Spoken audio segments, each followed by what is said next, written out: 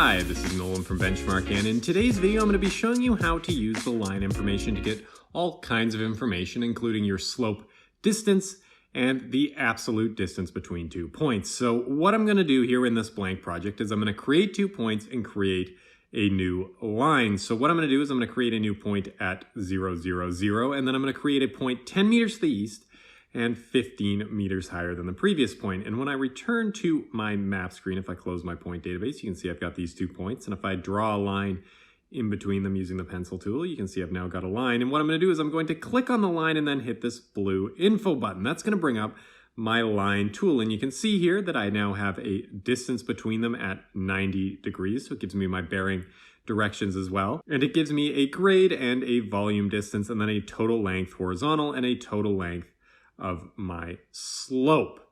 But for now, that is everything in today's video. That is how you use the line information tool to get more information on your line work in MicroSurvey's FieldGenius. And if you have a moment, I would please ask you to hit that subscribe button down below. It really does help us out and helps me keep making these videos.